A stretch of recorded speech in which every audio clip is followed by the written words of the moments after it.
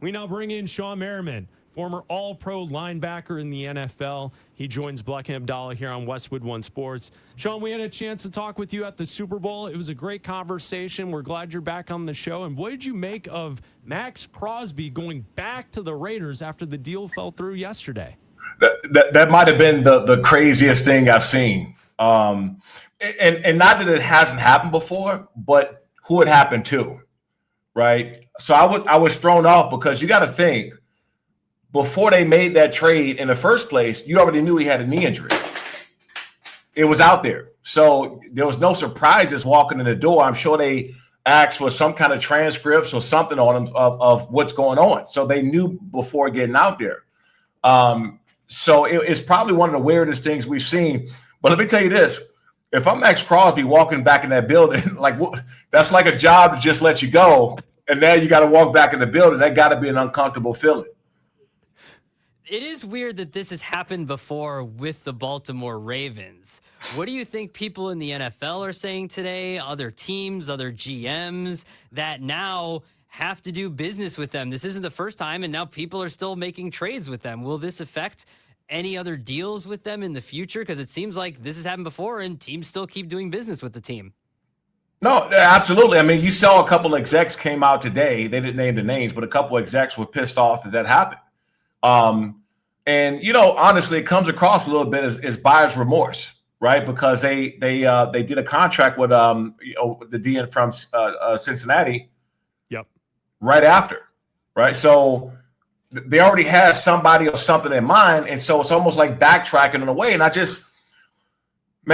know the NFL is tough. I mean, it's a tough place to be. It's very cutthroat, and I think most players understand that. But, Maxx Crosby, if I'm him, I've already came and supported the Ravens flock and Ravens Nation. I posted, I changed my uniform, my profile.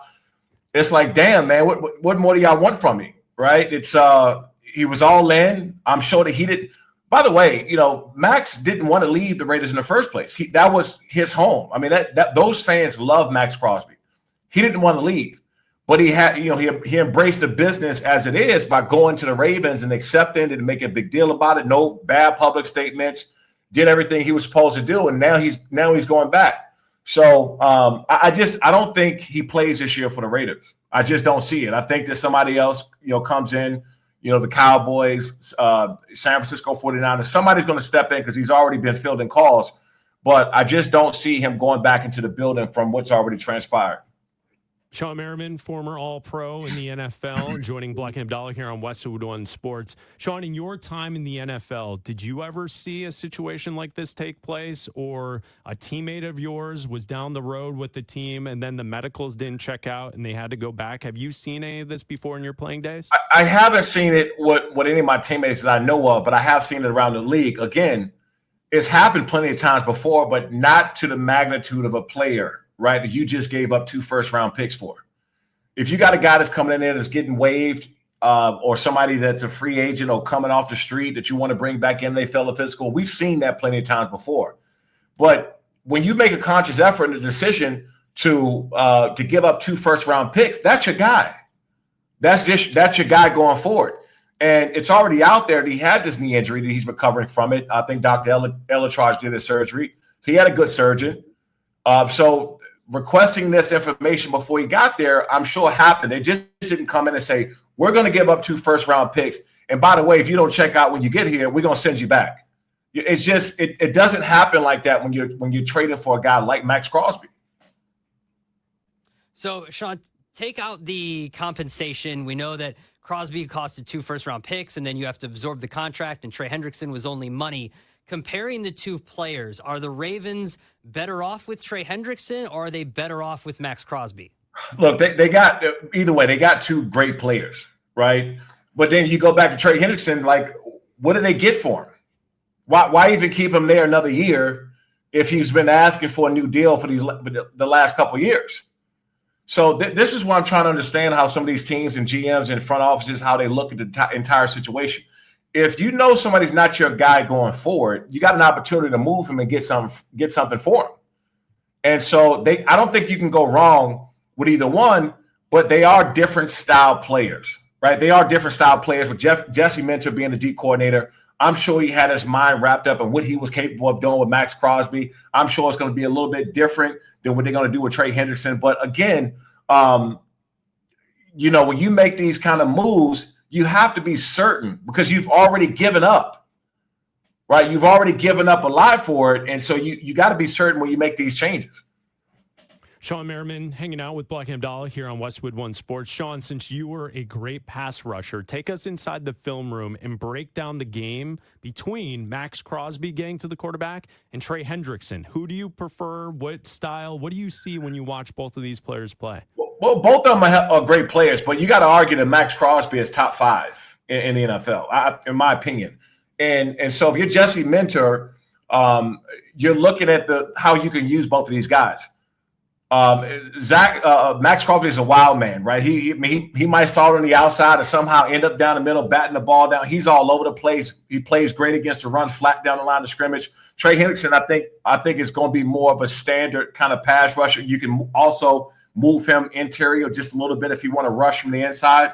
So you can do more of that with them. But when you look at game changers and somebody who can blow up the game on the defense side of the ball, you got to look at Maxx Crosby first and what his capabilities are, because his range, what he's able to do in so many different places, and how you got to game plan him week in and week out.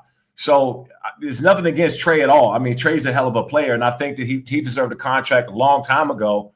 But when you're talking about a guy who can you can put on the field, and an offense has to change what they're doing because he's there, Maxx Crosby's your guy. Shawne, both these guys are coming off of injury. Maxx Crosby's coming off of a knee injury. He just had surgery 8 weeks ago. Trey Hendrickson's coming off of a core and hip injury. Which injury do you think is going to be harder to come back from? Trey missed 10 weeks of the season, and Max only missed 1 because they told him he couldn't play. Like, he wanted to play, but because they wanted the first pick, they told him he had to go home, and he was mad about it. He was posting layups, and he was jumping on a trampoline. Which one can we expect more production out of the gate? Well, you got to look at the severity of Max's knee injury. Like, I don't know exactly what he has surgery on. I don't know if he has cartilage damage. I don't know if it's anything long term. Maybe they just went in and cleaned it out because he had so much stuff floating around in there. But knee injuries are always going to be worse because, obviously over time you get the wear and tear, right? Your hips and what else he had? He had a hip and a core injury. A core, yeah. Those things heal, right? Those things heal. Might be a little bit uncomfortable coming back, but those things potentially heal.